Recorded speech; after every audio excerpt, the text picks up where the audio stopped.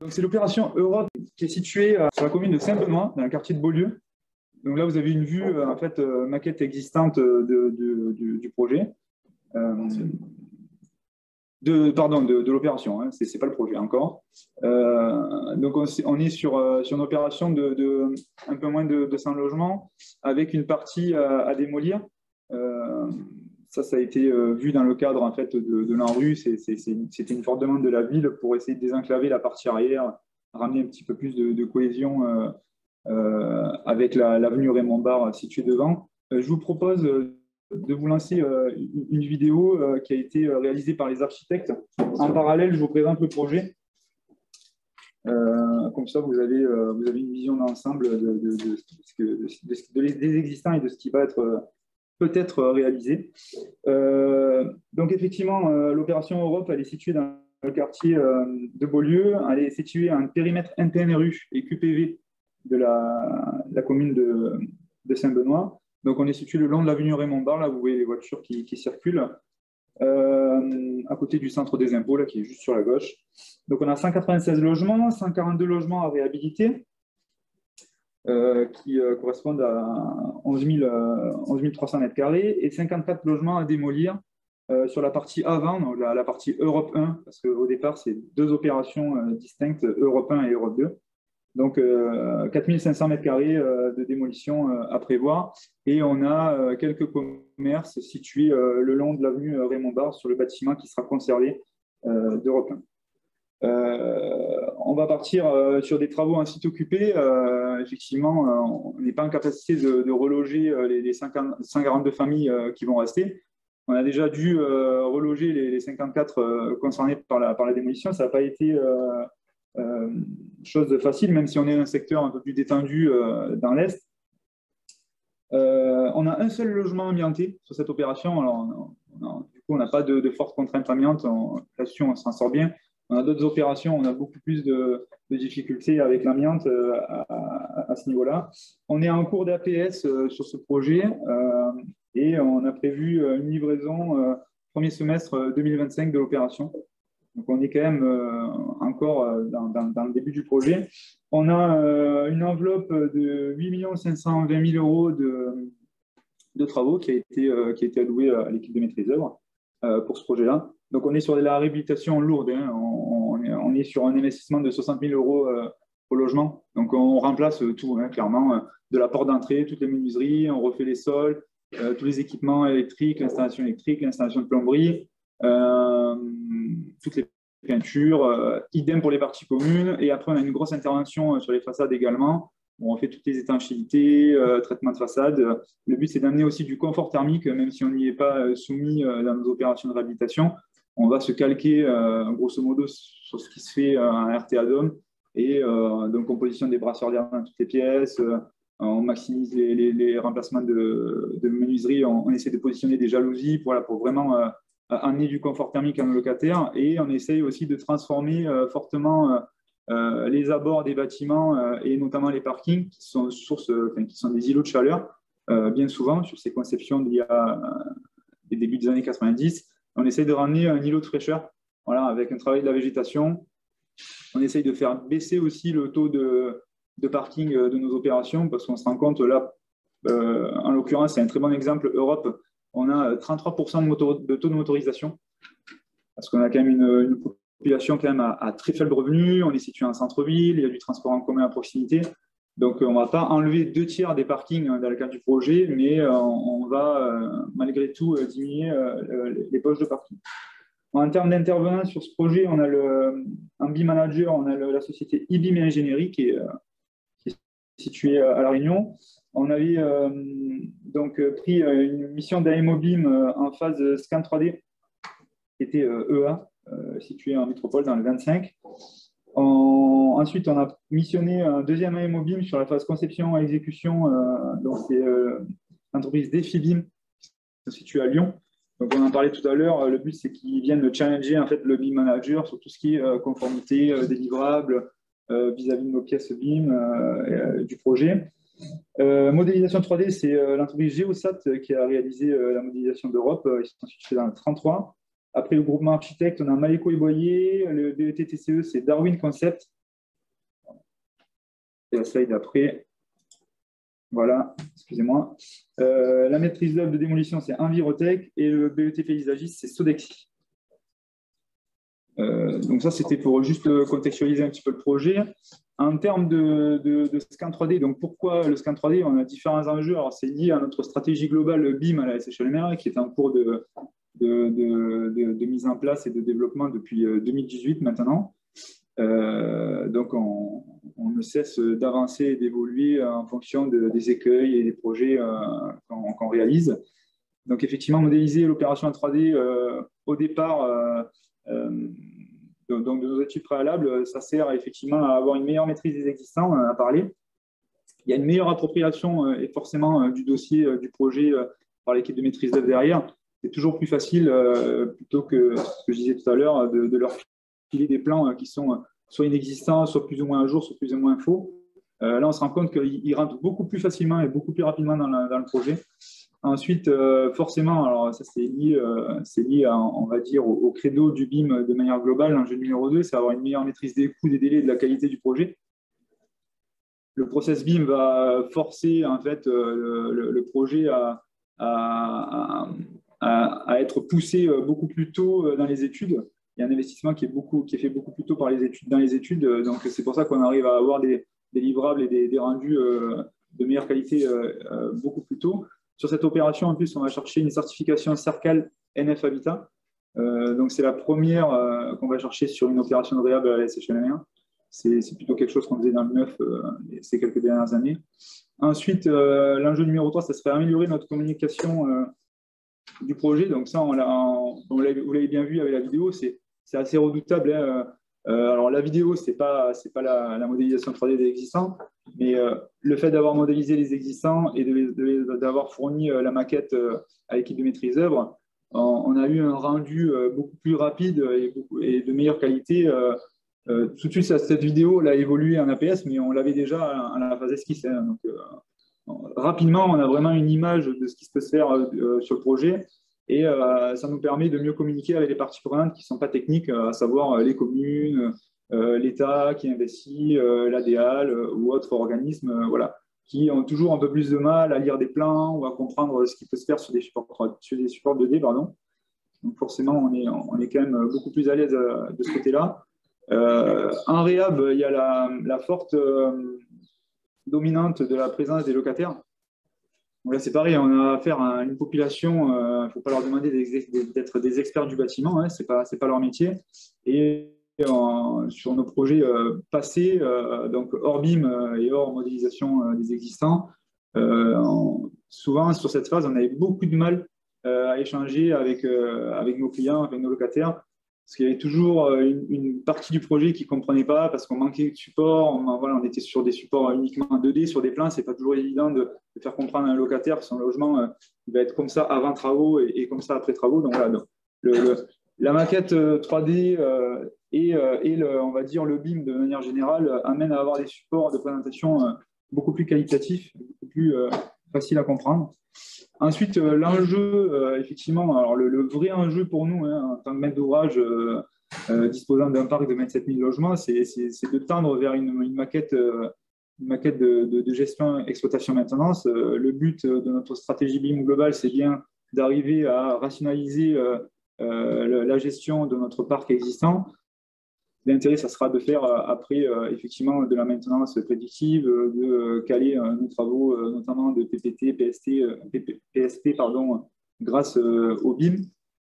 Et effectivement, j'en parlais tout à l'heure, la maquette d'exploitation n'est pas du tout la même que la maquette DOE et n'est pas la même que la maquette de conception ou du projet du bâtiment existant. Ensuite, le dernier enjeu, ça serait de prendre de l'avance aussi sur la modélisation justement macro de notre parc. Donc aujourd'hui, on a commencé, comme le disait Pascal, nous aussi, hein, en 2018, on a découvert le BIM et on a commencé petit. Voilà, on commence par des projets isolés. On a fait le choix depuis quelques années de partir en full BIM sur nos opérations de réhabilitation. On a vraiment senti l'intérêt de modéliser les existants dès le départ pour avoir une meilleure maîtrise du bâtiment. on est en train voilà, d'augmenter notre production d'opérations neuves aussi en BIM. Je crois qu'on a un objectif en full BIM pour 2024, si je ne vous dis pas de bêtises. Je crois que c'est un peu glissé. Voilà, donc on continue de plus en plus à modéliser à la SHLMR. Si je reviens sur le scan 3D, donc du coup, la stratégie globale au niveau d'une opération, il a fallu rédiger des documents de référence, BIM, hein, donc ça part d'en haut, notre charte qui reste globale à la société.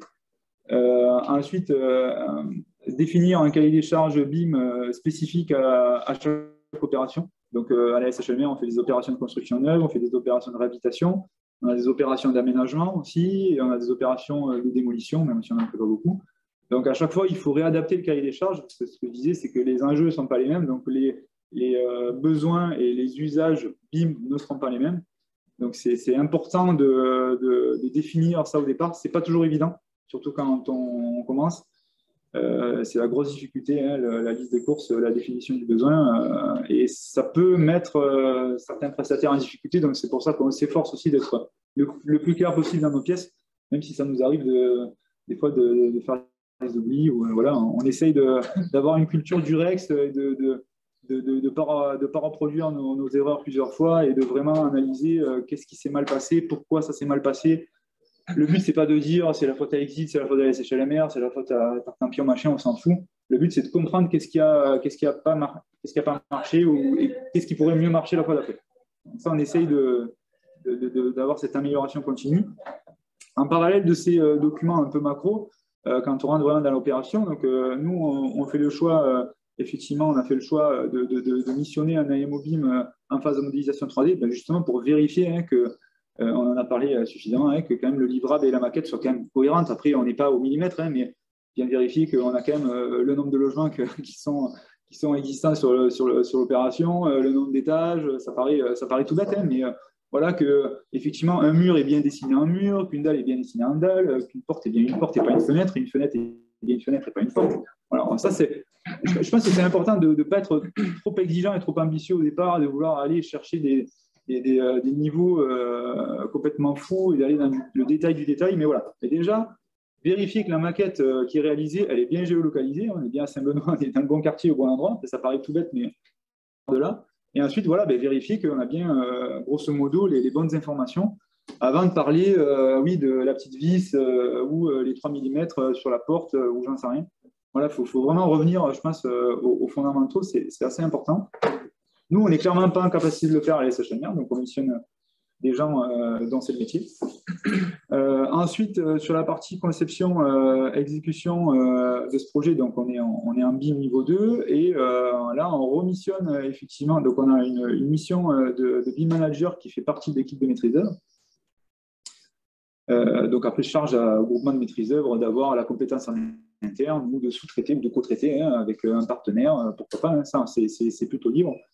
Là, on remissionne un AMO BIM, nous, en phase de conception-exécution, parce qu'on estime qu'on n'est pas encore en totale capacité de challenger en fait, le BIM manager et l'équipe projet. Donc, on prend un contrôleur du BIM manager qui va contrôler l'équipe de maîtrise d'œuvre sur tout ce qui est aspect BIM. Alors, ça fait beaucoup de contrôle. Le but, encore une fois, ce n'est pas d'aller taper sur la tête d'un tel ou d'un tel, mais c'est d'être sûr que en fait, le process qui est mis en place, il va dans le sens du projet. Le projet, c'est bien au départ de réhabiliter un bâtiment, hein. C'est pas de faire du BIM ou de faire une maquette, c'est-à-dire que la maquette, ça doit être le projet, mais le projet, c'est pas la maquette. Il ne faut pas se tromper d'objectif. Et le vrai projet, c'est bien de mener une réhabilitation lourde, en site occupé avec des familles. Donc le BIM et la modélisation 3D de départ, ce sont que des outils hein, qu'on vient s'ajouter. Donc le but, c'est ces outils-là, on va les chercher pour essayer de rationaliser, d'optimiser, de se faciliter la vie, mais il ne faut pas que ça devienne une contrainte monstrueuse sur le projet. Et il ne faut pas perdre en vue le projet parce que la maquette elle n'est pas bien, ou parce que ceci, ou parce que cela. Voilà. Il faut vraiment garder en tête qu'il y a un projet et que le BIM et que la modélisation 3D, en l'occurrence, n'est qu'un outil de plus dans le cadre de ce projet. Donc, comment, au niveau des études préalables, effectivement, on en a parlé. Nous, on a une contrainte aussi forte en réhabilitation quand on modélise l'existant, c'est qu'on a la présence des familles dans les logements. Donc, Pascal parlait tout à l'heure de nettoyage. Effectivement, quand on va scanner les logements, alors il y a un gros travail de nettoyage parce qu'on ne peut pas demander aux gens d'enlever leurs meubles, on ne peut pas leur demander de sortir de chez eux, hein, clairement. Donc, voilà, ça, c'est assez contraignant sur les modélisations en logement occupé. Ensuite, sur les premières opérations, malheureusement, comme je disais, on raisonnait au projet et on n'a pas des budgets extensibles à volonté. Donc, on avait fait le choix de ne pas tout modéliser. Alors, Europe est un très mauvais exemple de cette stratégie-là. Par contre, il y a des opérations autres où ça a beaucoup mieux marché parce que souvent, on va dire, ou même la plupart du temps, on a quand même une conception qui est assez tramée dans le logement social, hein, c'est assez rationalisé. Donc, les cellules, souvent, sont copiées-collées. C'est rare qu'on dépasse les 2-3 types de T2 ou T3 sur une opération. Alors là, Europe, c'est l'hyper mauvais exemple. Sur le bâtiment que vous avez au fond, sur l'arrière, le bâtiment A d'Europe 2, j'ai 23 T3 différents. Donc, je ne sais pas ce qui s'est passé au niveau conception architecte à l'époque, mais ils se sont fait plutôt plaisir. C'est assez compliqué comme opération. Donc, c'est vrai que le raisonnement de dire je modélise tout le rez-de-chaussée, je modélise tout le dernier niveau, parce que souvent, c'est là qu'il se passe un petit peu les choses les plus importantes. Et puis, sur le dernier niveau intermédiaire, grosso modo, c'est du copier-coller. Donc, on va numériser un type de logement par typo. Là, sur Europe, malheureusement, on n'a pas pu faire comme ça. Donc, il a fallu pousser un petit peu. On a procédé à des visites de contrôle. Malheureusement, on n'arrive jamais de toute façon à modéliser, à scanner le 100% des logements, parce qu'on a toujours des locataires qui refusent de nous laisser rentrer, les prises de rendez-vous s'éternisent. Voilà. Alors, grosse difficulté de modéliser une opération comme celle-là, c'est clairement la capacité aux prestataires à aller pénétrer dans les logements. Pascal, tout à l'heure, parlait de planifier les stations, etc., etc. Alors, ça, c'est très bien. Il y a une contrainte hyper forte qu'il faut avoir en tête, c'est vraiment l'organisation et la prise de rendez-vous avec les locataires. Si on ne veut pas perdre du temps, s'épuiser et mettre 6 mois ou voire plus à modéliser le projet, il faut vraiment anticiper cet aspect-là. Nous, c'est compliqué, il faut qu'on fasse signer un engagement de confidentialité aux prestataires pour pouvoir lui communiquer les coordonnées de l'ensemble des locataires. Ensuite, il faut qu'ils prennent des rendez-vous. Après, il y a un moment donné où ils arrivent à un point où ça commence à coincer fortement. Donc là, ça revient vers nous parce que c'est nos locataires, c'est pas les locataires du prestataire. Donc c'est quand même à nous aussi d'accompagner le prestataire et de faire l'effort, d'essayer d'optimiser, on va dire, les prises de rendez-vous et le taux de pénétration, si je puis dire, de nos logements. Voilà, grosso modo, on est sur un ordre de entre 70, 75, 80% de taux de scan de pénétration dans les logements, mais on va très rarement au-delà. Parce qu'après, ça prend trop de temps, ça demande trop d'énergie, puis il n'y a pas forcément un intérêt. On parlait d'usage et de besoin derrière. On n'a pas un besoin d'aller scanner absolument tout pour maîtriser le projet derrière dans le cadre d'une réhabilitation. Voilà, alors il y a des logements où ils sont venus faire des visites de contrôle après coup, des semaines et des mois après, pour juste vérifier que la cellule qui avait été modélisée sur la base de plans et sur la base de copier-coller d'autres cellules était cohérente. Nous, ça nous suffit clairement. À notre niveau, les architectes derrière, ça leur a suffi aussi. Donc on se dit que finalement, c'est plutôt une bonne stratégie. Après, on parlait vraiment de liste de courses et de besoins départ. Voilà, au-delà de fournir cette maquette à l'équipe de maîtrise d'œuvre, nous, cette maquette-là, du fait qu'elle soit réalisée au tout début de nos études préalables, elle nous sert aussi à consolider une partie de notre programme, notamment l'estimation dont on a parlé tout à l'heure. Et c'est important, dès le départ, de prévoir dans le cahier des charges les informations qu'on a besoin. Parce qu'avoir une maquette, c'est super, hein, elle est jolie, on l'ouvre dans une visionneuse gratuite, peu importe laquelle. Mais si derrière, on n'est pas capable de l'exploiter un minimum, d'être capable d'aller récupérer le nombre d'équipements qui sont présents dans les bâtiments, les surfaces de toiture, par exemple, les surfaces de façade par orientation, consolider aussi les surfaces de logement vis-à- -vis des contrats, des charges, etc. Il n'y a pas vraiment un super intérêt. Donc ça, c'est bien d'essayer de l'anticiper et d'être clair avec le prestataire dès le départ. On ne veut pas juste une maquette jolie et puis des plans, mais on veut bien, c'est l'intérêt du BIM, hein, c'est aller chercher vraiment de la donnée. Et quelles sont les données voilà, dont on aura besoin dans ces livrables-là. Voilà, exactement. Sinon, c'est du faux BIM. Hein. En fait, c'est pas du, en fait, c'est pas du BIM, c'est-à-dire que c'est de la 3D. Ça, de la 3D, on en fait depuis des décennies et des décennies. Alors, c'est joli. La ville, les locataires, moi, ma gestion locative, ils adorent, hein, parce que dès qu'il y a de la 3D. Alors maintenant, quand on est en comité de projet et qu'on n'est pas un BIM, ils nous disent, mais pourquoi on n'a pas la super vidéo? Pourquoi on n'a pas le truc qui tourne? Voilà. Alors, ça, on sent bien que ça démocratise et ça vulgarise en fait plein de sujets. Mais l'objet, c'est bien d'aller maîtriser de la donnée et qu'elle soit exploitable et qu'elle soit partageable. Ouais, c'est ça le but aussi. Donc, en termes d'outils et de stratégie, nous, on utilise la plateforme Croquis à la SHLMR depuis 2018, depuis qu'on a commencé le BIM. Elle est devenue payante l'année dernière. On a fait le choix de rester dessus parce qu'on estimait que vis-à-vis de notre maturité BIM, de nos usages, ça collait parfaitement avec ce qu'on faisait. Donc, on a pris un abonnement. Il y a plusieurs abonnements selon si vous êtes architecte ou pas, etc. Systématiquement, de toute façon, sur nos projets BIM, en parallèle de la modélisation 3D, on met en place une convention BIM hein, qui est rédigée par l'équipe de maîtrise d'œuvre et supervisée par le BIM manager, hein, qui est le contrôleur qualité du BIM hein, sur l'opération. Donc, ça se fait au tout début des phases de conception. C'est primordial que ce soit fait dès le début, parce que c'est ça qui va poser en fait, le socle de comment va se faire la collaboration du projet dans le process BIM, qui va faire quoi et comment, et quel livrable va être rendu à qui, et qui va contrôler, qui va participer, etc. Donc, on parlait tout à l'heure de responsabilité. C'est important, hein, le BIM, c'est nouveau dans les projets. C'est important d'avoir une lecture juridique du BIM et de vraiment border les dossiers. Alors, ce n'est pas juste pour que nous, on se protège des autres, hein, c'est pour protéger l'ensemble des acteurs. Hein. On est une équipe, hein. Ce n'est pas la SHLMR contre tous ces prestataires, hein, mais c'est bien toute une équipe qui intervient sur un projet. Et l'intérêt, c'est de cadrer, de border les missions et de vraiment définir la responsabilité de chacun et de chacune. C'est important parce que demain, quand ça se passe bien sur un projet, il y a rarement des sujets.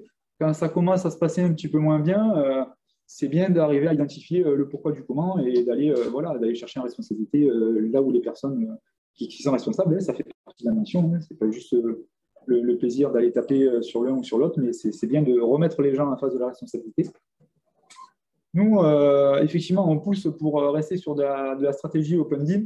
On n'a pas vraiment le choix parce qu'on est subventionné par l'État sur nos projets, donc on est marché public. Hein, c'est tout comme on ne peut pas, comme un privé, de dire moi je travaille que sur Revit, ou je travaille que sur AutoCAD, ou je travaille que avec ça. Voilà. Nous, on ne peut pas imposer une solution, on ne peut pas imposer un logiciel. Donc c'est ça que je trouve très bien moi avec le BIM, c'est que ça reste de l'open source. Et je pense qu'il faut qu'on prenne tous à rester dans un BIM ouvert. Parce que demain, parce qu'on en a parlé, il y a des logiciels qui disparaissent, hein, il y a des solutions qui ferment. Parce que financièrement, les gens, soit ils ne peuvent plus le porter, soit il y a une évolution, ou soit financièrement, c'est intéressant de supprimer un logiciel et d'en créer un nouveau pour revendre des abonnements, etc. Donc, moi, je trouve que c'est intéressant de rester dans une solution open source, donc IFC. Il y a encore des difficultés hein, entre les outils, on en est tous conscients. Je pense que ça évolue aussi, on va dire que le marché du BIM œuvre là-dessus pour arriver à lisser un petit peu ces imperfections et ces difficultés d'échange, d'interopérabilité. Ensuite, donc nous, ce qu'on utilise pour échanger avec nos équipes projet, effectivement, on récupère donc des fichiers IFC, on en a parlé, même si on récupère des fichiers natifs, même si au départ, on récupère aussi, dans le cadre de la modélisation 3D, le nuage de points. Sur les premières opérations, on ne le récupérait pas. De mémoire, si je ne dis pas de bêtises, je crois qu'on a demandé aux prestataires de le stocker pendant 10 ans, au cas où.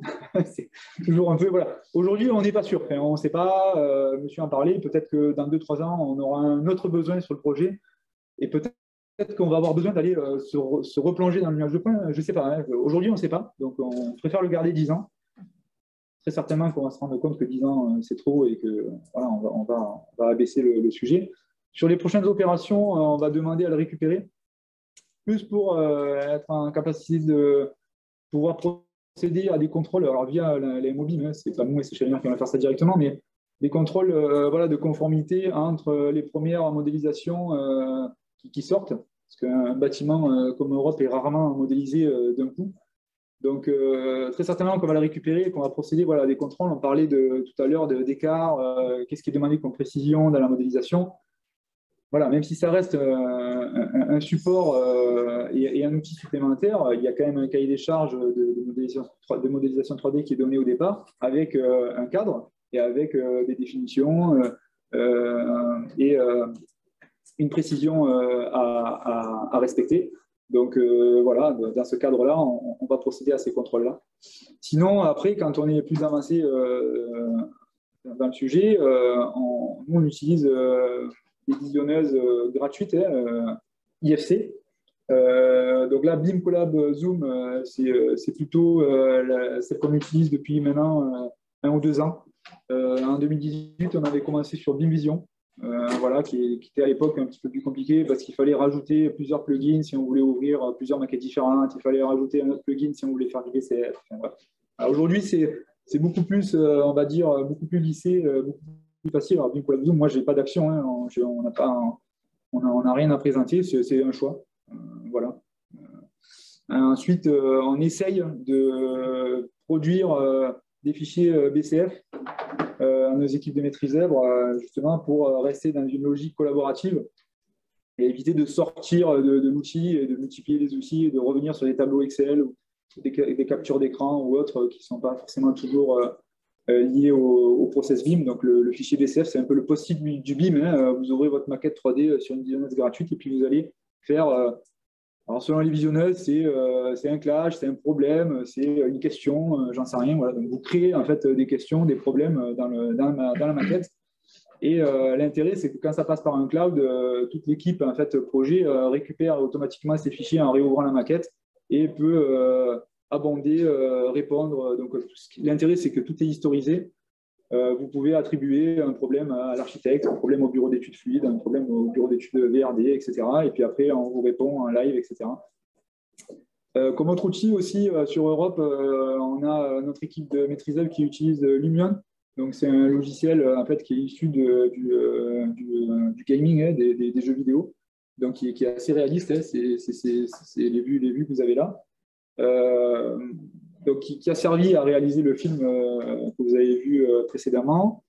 Ce qui est faisable aussi dans Lumion et qui est intéressant pour nous, alors nous, on n'a pas Lumion déjà à la SHMR, ce que je disais, on ne peut pas imposer un logiciel, on ne peut pas imposer une solution. Donc, on ne va pas acheter tous les logiciels et toutes les solutions qui existent parce que sinon, on ne s'en sort plus.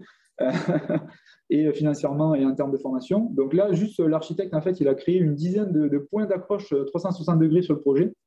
Et via MyLumion, donc c'est une espèce de cloud qui sont chez eux, ils nous envoient un lien et donc on a accès au projet et on peut se positionner sur ces différents points 3.6 et tourner en fait sur le projet comme une visite virtuelle mais fixe en fait. On n'est plus sur une visite virtuelle où on se déplace, on est bien sur un point fixe et ça quand même ça permet voilà de représenter aussi le projet, de revérifier à certains endroits si on n'a pas vu dans la vidéo, c'est pas toujours évident. D'aller vérifier qu'est-ce qui est prévu comme cheminement, l'accès au local poubelle, l'accès au bâtiment, l'accès au parking, etc. Donc c'est plutôt intéressant. Et après, il y a effectivement des fichiers BIMX. Alors c'est un mix PDF 2D et vue 3D du projet. Voilà, c'est plutôt pas mal pour échanger voilà, en revue de projet tout au long de l'opération.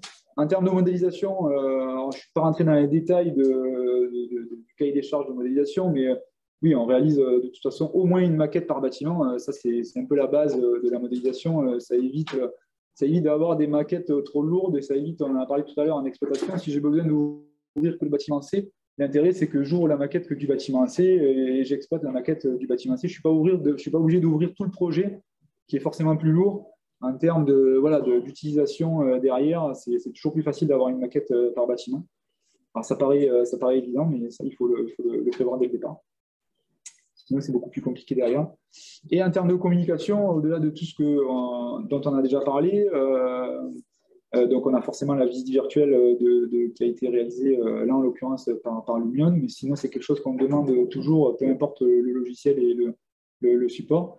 Et on réalise, nous, un logement témoin virtuel dans le cadre de nos projets de réhab, parce que du fait d'augmentation de loyer, on doit aller chercher un accord locatif. Donc, on passe par une concertation locative, présentation du projet.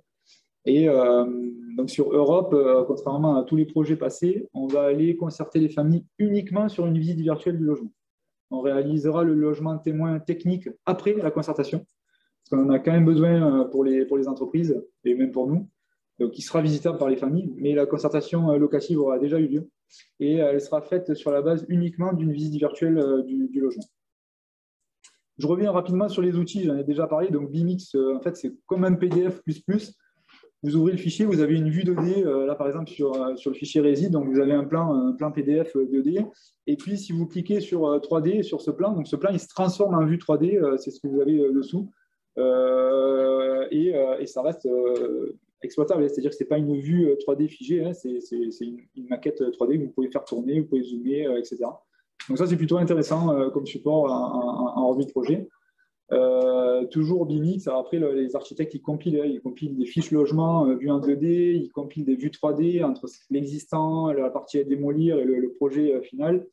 Ils peuvent compiler des vues de Lumion aussi en termes on va dire de carnet de détails, d'accès aux cages d'escalier, de vues de façade, de traitement de matériaux de façade, etc. Donc c'est un mélange en fait de plusieurs outils. Les points 3.6 de Lumion, on en a parlé. Donc là, je vous en ai mis 3. Je crois qu'il y en avait une dizaine de mémoire. C'est assez enfantin à utiliser. Hein. Vous cliquez sur le numéro du point. Et après, vous voyez bien sur l'écran, vous avez un petit œil. Donc ça, c'est pour se mettre vraiment au niveau point de vue. Vous pouvez mettre en plein écran sur votre ordinateur. Et puis, vous avez un système de déplacement. Alors, soit vous vous déplacez avec la souris, soit vous déplacez avec les flèches du clavier pour tourner en fait autour du point d'accroche sur lequel vous êtes. Et voilà, ça vous permet de regarder, d'avoir un point de vue en plus piéton du projet, donc vraiment utilisateur, locataire, et d'appréhender voilà, les volumes, les écarts, les accès, etc. Ça, c'est plutôt pas mal. La gestion locative, ils sont très friands chez nous de ça. Donc, si je reviens sur vraiment le scan 3D en termes de Rex LS HLMR, effectivement, on en a parlé, nous, on a du mal à aller tout scanner de par la présence des locataires. Donc, la disponibilité quand même d'un dossier DOE, ça amène quand même un plus à la modélisation des existants, même si le scan œuvre fortement là-dessus. Du fait qu'on ne va pas tout scanner, à un moment donné, c'est quand même bien d'avoir des plans, même s'ils ne sont pas toujours justes et s'ils ne sont pas toujours complets, ça aide quand même fortement le prestataire à tendre vers un livrable de qualité. Et puis le scan, comme l'a dit Pascal tout à l'heure, le scan, il ne vous dit pas si le mur il est en béton, si c'est une cloison placo, il ne vous dit pas si votre menuiserie elle est en alu, elle est en bois ou elle est en PVC. Et on en a parlé, hein. Alors on peut taguer, hein, on peut rajouter des photos. Ça, je pense que c'est d'ailleurs très important. C'est-à-dire que le scan ne fait pas tout le travail et il faut que l'opérateur de scan 3D soit quand même quelqu'un issu un peu du monde du bâtiment, hein, et le réflexe d'aller vérifier si c'est quelque chose de porteur, si la menuiserie elle est de tel matériau, etc. Alors ça, c'est pareil, si vous ne lui demandez pas, il le fait. Peut-être pas, ça dépend. Donc si vous le voulez absolument, il faut le définir dans les cahiers des charges. Et ça évite aussi, on en a parlé, hein, de se redéplacer. Quand vous êtes à une demi-heure, c'est à chaque fois, si vous retournez sur site, c'est 1 heure aller-retour, juste pour faire une photo, juste vérifier que le sol il est carrelé ou pas carrelé, juste pour vérifier que le mur il est porteur ou c'était une cloison. C'est dommage. C'est dommage parce que tout le monde y perd. Donc c'est bien d'avoir quelque chose d'assez exhaustif dès le départ. Et si en plus on a des plans DOE, c'est mieux. Effectivement, donc on a suffisamment parlé, les outils dont on dispose, on a une précision, une qualité des relevés grâce au scanner 3D qui est, je pense, plus à démontrer. Nous, effectivement, on pousse cette modélisation 3D et ce scan dans un logement type là, dans le cadre de la visite virtuelle où là, on va augmenter la résolution vraiment juste au niveau d'une seule cellule. Parce qu'on va aller chercher quelque chose de très précis. Après, c'est une visite sur laquelle on va texturer vraiment les matériaux, parce qu'on va le présenter aux familles. Donc, le locataire, lui, il a besoin de voir que ça va être du carrelage de telle couleur, ça va être du sol souple, ou ça va être de la faïence dans sa douche. Il va avoir besoin d'appréhender en fait, le matériau du plan de travail de la cuisine parce qu'il ne va pas pouvoir le toucher, mais c'est une visite virtuelle. Donc là, on pousse encore plus le sujet vraiment à l'échelle d'un logement. On en a parlé aussi, c'est juste un rappel. Hein, on a une base de données, effectivement, la modélisation 3D de l'existant sert de base de données solide pour les études de maîtrise d'œuvre. Pardon, c'est moi, si je vais cliquer. Donc, meilleure compréhension du projet, effectivement, derrière, base de modélisation du projet en BIM par les archis. On a une consolidation effectivement des quantités. En plus, sur Europe, on avait une partie à démolir. Donc, ça a servi à la maîtrise d'œuvre de démolition. On a eu une approche très fine en fait, des volumes qu'on aura à traiter suite à cette déconstruction-là. Ça nous a permis aussi d'amorcer, c'était une première à la SHLMR, le réemploi des matériaux, parce qu'on est en train de se faire rattraper très rapidement par la législation. Donc, on va essayer de faire comme le BIM, on va essayer de mettre le train en marche avant de se faire rattraper par les textes de loi. Et donc, ça nous a permis d'appréhender un petit peu mieux quel matériau on allait réemployer, de gérer ces quantités-là. Et donc, on a procédé à un test où on a déposé une grosse partie des équipements qu'on a stockés dans 2 logements en rez-de-chaussée en attente de la démolition du bâtiment. Et c'est des équipements qu'on réutilise aujourd'hui dans le cadre de nos remises en état de logements entre 2 locataires et de réclamations où, quand on a un locataire, par exemple, qui nous fait une réclamation sur sa baignoire dans un logement qui a 10-15 ans, la baignoire elle fuit ou elle est cassée, etc. Et plutôt que de venir poser une baignoire neuve dans un logement qui a 10-15 ans, on réutilise en fait une baignoire qu'on a déposée dans le cadre de la démolition. Alors, les baignoires, elles sont en bon état, elles ne sont pas neuves, mais elles sont remises en état, elles sont reconditionnées. Et l'intérêt, c'est que du coup, on reste dans une logique aussi, on parlait d'un cercle un peu vertueux. Voilà, donc c'est un peu des sujets qui se rapprochent un peu au BIM comme ça, au fur et à mesure, et qui sont assez intéressants. Après, on a forcément une optimisation des préconisations de déconstruction dans le cadre de cette démolition. Le prestataire qui nous a réalisé le diag, on va dire le diag démolition de construction, a été aidé en fait par la maquette 3D de l'existant. Ça l'a pas empêché d'aller sur place. Il avait quand même besoin d'aller voir ce qui se passait physiquement. Mais effectivement, il a beaucoup mieux compris comment le bâtiment était construit, était fait. Donc ça, c'était plutôt intéressant aussi, parce que ce n'était pas quelque chose qu'on avait prévu forcément au départ. Et après, exploitation de données, on en a parlé, c'est la base, forcément. Clairement, en BIM, aujourd'hui, on a un chiffrage qui est beaucoup plus précis, beaucoup plus tôt. Et ça, c'est l'issue de la modélisation du projet et qui est conforté par une modélisation de l'existant au départ. C'est la boucle qui est bouclée. Et on a quasi un chiffrage APS, APD en phase esquisse aujourd'hui. Et ça, c'est très intéressant pour nous parce que ça nous permet très tôt dans le projet de vérifier qu'on est bien dans l'enveloppe et c'est assez important. J'ai mis point négatif, c'est plus des points de vigilance. Voilà. Le coût, effectivement, on en a parlé. Quand on raisonne à l'échelle d'une opération, ça reste encore très cher. Le fait, alors, ne serait-ce que de modéliser en 3D l'existant, le process BIM dans sa globalité, oui, forcément, c'est des missions supplémentaires, c'est des logiciels supplémentaires, c'est des livrables supplémentaires, donc forcément, ça ne peut que coûter plus cher.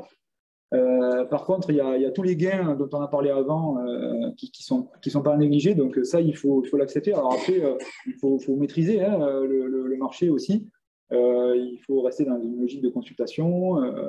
Nous, sur l'opération Europe, on est quand même allé chercher pas mal de prestataires en métropole. Alors, ce n'était pas une volonté. Il y a encore, même s'il y a des gens qui sont très présents sur la Réunion, donc Président Topo et Exide, on manque encore des fois de certaines ressources. On essaye aussi multiplier les acteurs. Nous, on est dans une démarche qui se met en place à SHLMR. On n'a pas volonté à mettre tous nos œufs dans le même panier. De toute façon, on ne peut pas. Hein. On est soumis à la mise en concurrence des marchés. Donc, on essaye de faire travailler le plus de prestataires possible. Le but aussi, c'est de faire grandir en fait, un peu le tissu économique de l'île et le tissu BIM, et d'aller prendre un petit peu le bon de chaque prestataire et essayer de faire monter tout le monde en compétences. Ensuite, effectivement, j'en ai parlé tout à l'heure, l'intervention dans les logements occupés sur les prises de scan, ça c'est très très compliqué. Donc c'est vraiment quelque chose qu'il ne faut pas négliger et qu'il faut vraiment anticiper. Une modélisation trop détaillée aussi de l'existant. Alors sur la première opération qui est Victoria, qui est située à Saint-André, on était sur un lot de 300, voire plus. En fait, on s'est rendu compte que ça ne servait à rien, ça nous a pris plus de temps, ça nous a coûté plus cher. Et ça a pénalisé l'équipe de Maîtrise d'œuvre qui a dû nettoyer en fait, carrément une partie de la maquette de modélisation 3D de l'existant pour pouvoir remodéliser par-dessus le projet. Il y avait trop d'informations, il y avait trop de choses. Et en fait, on se rend compte qu'aujourd'hui, dans le cas d'une réhabilitation, encore une fois, hein, ça dépend des usages et les attentes derrière, un lot de 100, ça suffit amplement. Là, je parle d'un point de vue modélisation géométrique. Après, Manon est intervenu tout à l'heure. Si on a besoin d'avoir des informations à rajouter dans la maquette, il faut bien sûr le prévoir dès le départ dans le cahier des charges, parce que le prestataire, clairement, il ne va pas s'amuser à mettre de l'information dans la maquette si vous ne lui demandez pas. Il va faire le strict nécessaire. Il ne va pas s'amuser à rajouter de l'information et de la surinformation dans la maquette si ce n'est pas demandé. Il y a encore des problématiques d'interopérabilité, on en a parlé entre différents logiciels, ça s'améliore, mais ça existe encore. Ça, encore une fois, il faut essayer de bien anticiper et bien le gérer au fil du projet. Nous, en termes de maître d'ouvrage, oui, on est en phase de prise en main de tous ces nouveaux outils-là. C'est des nouveaux process de gestion de projet, il y a des nouveaux logiciels, donc il y a une montée en compétences qui est nécessaire des équipes opérationnelles, donc il faut faire de l'accompagnement.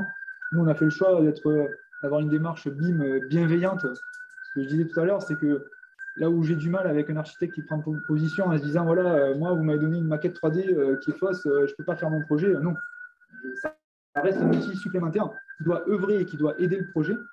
Mais ça ne peut pas être une excuse à un frein ou à une difficulté supplémentaire sur le projet. L'architecte, il a toujours réhabilité. Ce n'est pas parce qu'aujourd'hui on fait du BIM que d'un coup, ça doit être l'excuse à dire je ne sais plus faire ça ou je ne peux plus remplir la mission. Voilà. Donc ça, c'est pareil. Nous, on essaye d'être bienveillants avec l'affaire. Le but, ce n'est pas de taper sur la tête du BIM manager ou de l'architecte dès qu'on dépasse ou dès qu'on n'est pas dans le cadre de ce qui est prévu. Voilà. C'est nos premières opérations en BIM. On comprend que c'est nouveau pour tout le monde.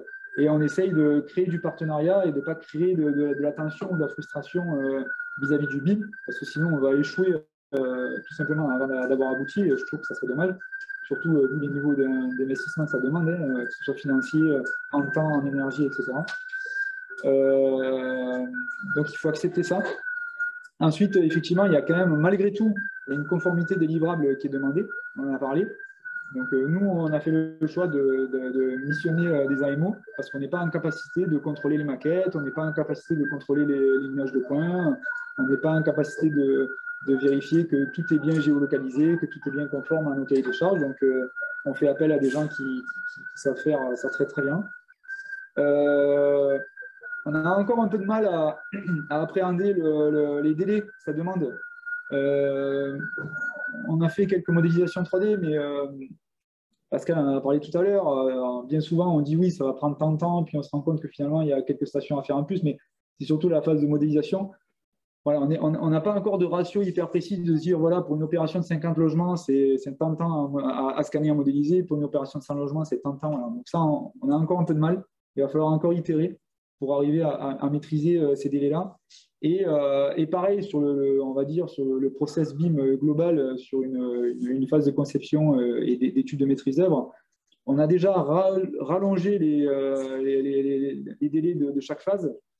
Mais pareil, pas trop rallonger, mais il faut laisser suffisamment de temps aux équipes de maîtrise d'œuvre par phase pour produire. En fait, tout simplement, il y a des parce qu'on ne sort pas de la loi MOP. au niveau de la mission de maîtriseur. Donc, il y a toujours les livrables 2D qui sont dus, hein, qui restent dus. Mais là, on vient rajouter voilà, des livrables supplémentaires, une maquette, des maquettes 3D par métier, maquette architecte, maquette fluide, maquette VRD. Et après, les plans qui sont issus et toutes les données aussi qui sont rattachées à ces maquettes-là. Donc, clairement, il faut être conscient que si on demande des choses en plus, il faut accepter que ça coûte un peu plus cher, forcément, par définition. Et il faut accepter aussi que ça prenne un peu plus de temps aussi. Un peu plus de temps. Pas forcément beaucoup plus de temps. Il y a une difficulté aussi qu'on n'avait pas forcément appréhendée sur les premières opérations et qu'on sent de plus en plus arriver sur nos projets. C'est la différence de maturité en fait, au niveau du BIM des divers intervenants. Donc, précision topo l'a bien dit, hein, chacun a son métier différent et on ne vous demande pas de faire du BIM et on ne demande pas à un charcutier de faire de la poissonnerie, ouais, c'est un peu ça. Et bien souvent, on a des écarts de maturité entre la personne qui va scanner, la personne qui va modéliser, l'architecte qui peut-être fait du BIM depuis beaucoup plus longtemps. Au contraire, on a voilà, une équipe géomètre qui sont experts, qui scannent et qui modélisent depuis des années. Et on a un architecte qui est tout nouveau dans le BIM. Donc ça aussi, il faut l'appréhender. Et ce qui est terrible, c'est qu'on va être obligé de se mettre au niveau du plus faible, en clair, parce que sinon, ça va pas marcher. Surtout que ça ne va pas marcher longtemps. Au niveau du projet. Donc ça, il faut en être conscient. Et ce qui est bien, c'est que ça permet de ramener un peu le sujet BIM sur des fondamentaux. Voilà. Avant de vouloir courir, il faut déjà bien marcher. Et ça nous force à rester sur des sujets, on va dire, assez simples finalement, qui sont liés au BIM. Et avant de vouloir faire voilà, un mur courbe complètement délirant avec des outils complètement complexes, déjà, ça serait bien qu'on soit sûr que le T3, c'est bien un T3.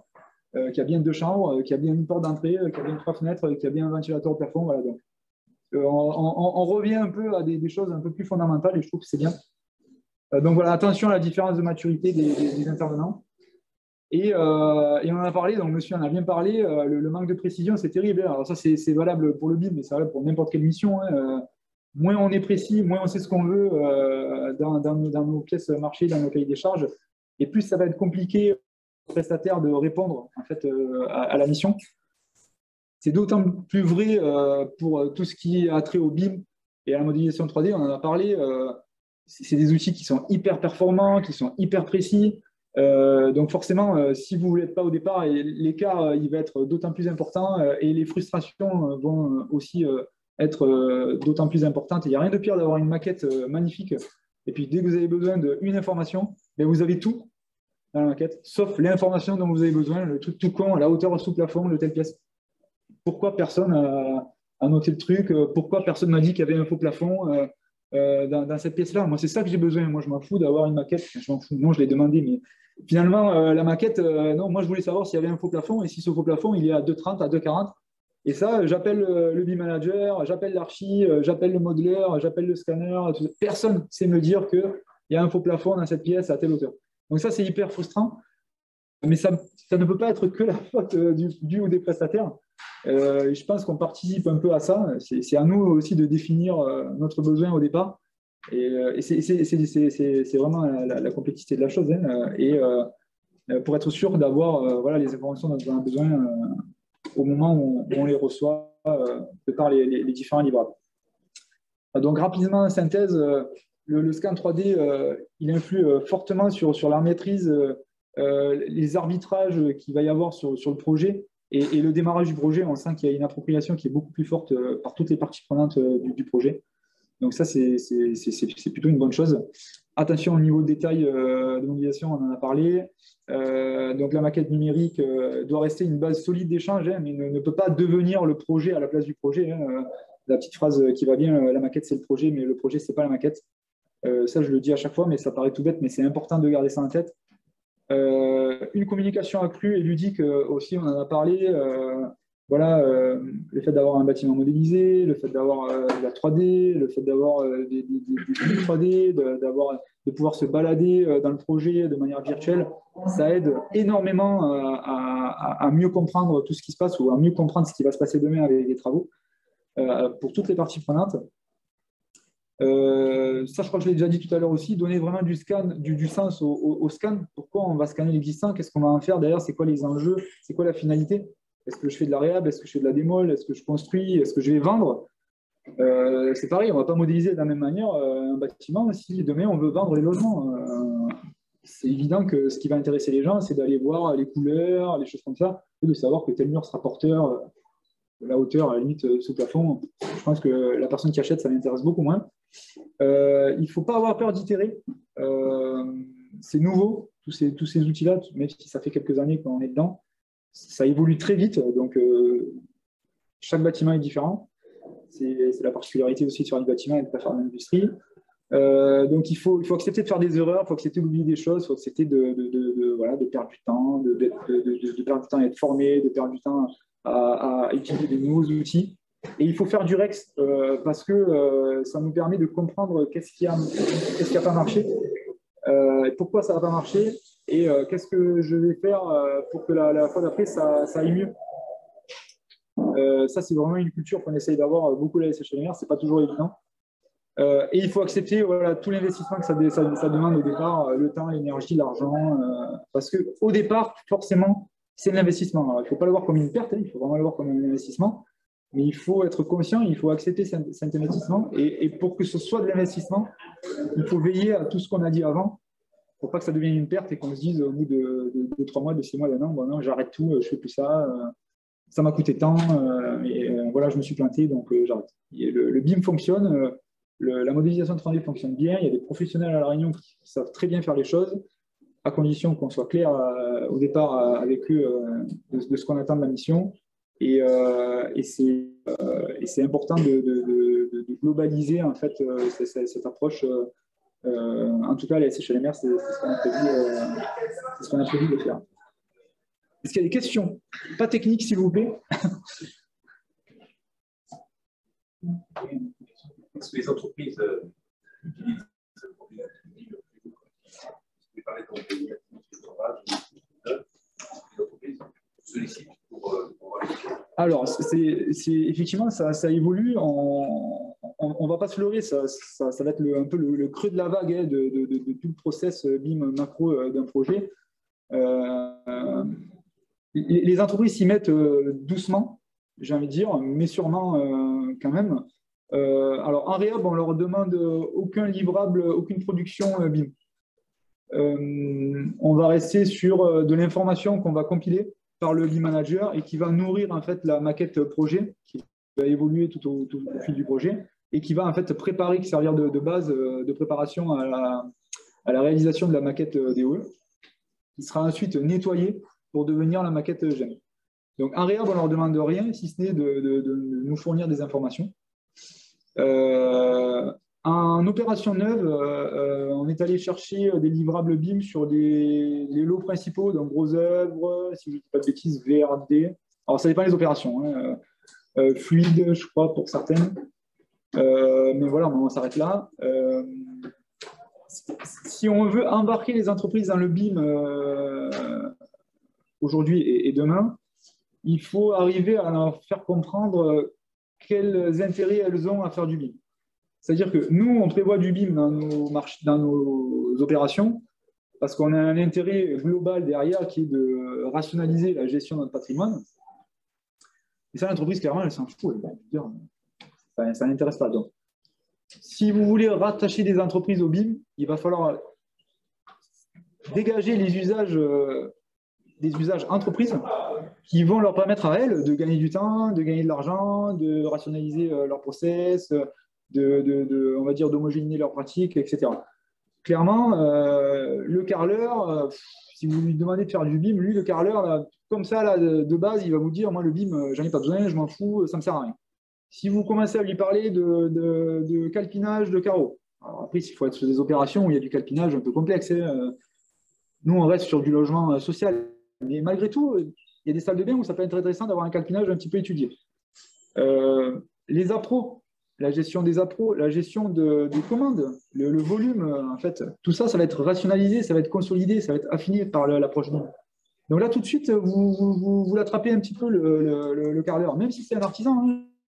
clairement, il va se dire, moi, si je peux avoir un peu moins de pertes, si je peux mieux gérer mon stock, parce que je n'ai pas trop de trésorerie, si je ne suis pas obligé de faire 3 logements et d'en casser 2 avant que l'architecte me dise, ah ça y est, moi je suis content avec ce calpinage-là, etc. Bon, je ne dis pas que les architectes, ça ne va pas faire de calpinage et que c'est que le BIM, c'est qu'avec le BIM qu'on fait du calpinage, mais après, quand vous êtes en bardage sur des façades un petit peu plus complexes et que vous êtes sur des panneaux, que vous pouvez calpiner ou optimiser le calpinage via le BIM et déjà pré-découper en usine et vous faire livrer directement, on connaît les difficultés qu'on a à La Réunion pour se faire approvisionner certains matériaux, enfin, c'est pas certains, c'est tous. Je crois que depuis le Covid, c'est encore pire. Tout est encore plus à flux tendu. Donc voilà, donc, il faut vraiment arriver à aller chercher ces prestataires-là par un biais où ils vont voir un intérêt eux-mêmes pour eux de faire du BIM. Voilà. Parce qu'effectivement, ils n'ont pas le choix. Hein. Nous, on met du BIM dans nos marchés parce que nous, on a bien compris l'intérêt que ça nous amène, et en conception et derrière en gestion et exploitation maintenance. Mais maintenant, il va falloir voilà, aborder cette phase de réalisation. Et je pense que la solution, elle est là. Vraiment de leur donner envie. Et de prévoir aussi une vulgarisation du process BIM en phase de chantier. Avec, on fait bien des quarts d'heure sécurité, pourquoi pas faire des quarts d'heure BIM, par exemple, avec un écran, peut-être pas aussi grand que celui-là dans la salle de réunion de chantier, mais un peu plus grand que l'ordinateur, parce que ce serait un peu dommage qu'on soit 15 couillons devant un écran comme ça. Voilà. Mais si on peut avoir une télé, je veux dire, un écran de dimension convenable, et au même titre qu'on ouvre des plans, ou qu'on ouvrait des plans, ben, ouvrir la maquette en réunion de chantier, l'architecte, le bureau d'études, l'entreprise, qu'elle ouvre la maquette et qu'elle voit que la réservation est au bon endroit et qu'elle voit pourquoi on n'a pas fait ci, on a mal fait ça. Voilà. Je pense qu'il y a vraiment des choses à faire sans aller vouloir faire des choses très complexes et très coûteuses. Voilà. Encore une fois, il faut partir petit, rester pragmatique et terre à terre et vraiment vulgariser le BIM. Et je pense que les gens vont venir naturellement quand ils comprendront d'eux-mêmes l'intérêt qu'ils ont à faire du BIM. Nous, sur Victoria, on est passé par la phase d'appel d'offres. Là, on va attribuer les marchés, on va lancer l'opération le mois prochain. On a une entreprise de charpente couverture. C'est quelqu'un avec qui on travaille déjà, hein, mais on a découvert en fait qu'ils étaient à fond dans le BIM. Donc eux, ils modélisent tout leur montage sur leurs opérations. Ils sont allés jusqu'à modéliser leur boulonneuse, en fait, pour vérifier que, parce que sur les plans, ça fonctionne toujours, hein, mais après, le gars, quand il est physiquement sur place et qu'il faut qu'il aille passer la boulonneuse pour fixer telle platine dans tel IPE, machin, ben, eux, ils ont modélisé leur boulonneuse et ils vérifient avec leurs équipes, avec leurs poseurs, virtuellement, en 3D, que la boulonneuse, elle passe bien à tel endroit et que l'opérateur, lui, quand il va être sur le chantier et qu'il va monter sa charpente, il sera en capacité de passer sa boulonneuse et de fixer. Ils ont eu un marché où on leur demandait de construire une espèce je crois que c'était un industrie, enfin je ne sais plus, je n'ai pas eu précisément le sujet, mais ils allaient devoir répéter une opération, je crois plus de 200 ou 300 fois, donc avec un opérateur qui allait sous une table et qui allait fixer une pièce avec une position. Donc en fait, ils ont modélisé le projet, ils ont modélisé la personne en 3D, et ils ont optimisé la position du compagnon, en fait, sous la pièce, en train de glisser le truc. Avec les équipes, là, ils ont vraiment fait les trucs à fond pour que le compagnon, qui va devoir faire ça 200 ou 300 fois, il se trouve dans la position la plus confortable possible pour réaliser la tâche donnée. Donc là, nous, on a été hyper surpris de découvrir qu'il y avait des entreprises qui étaient déjà aussi loin dans le sujet. Donc, je pense qu'il ne faut pas les sous-estimer, les entreprises du BTP. Je ne dis pas qu'elles en sont toutes là, hein, loin de là. Mais voilà, mais il y a des sujets qui arrivent, clairement, et je pense que ça va se faire et que ça se fera naturellement.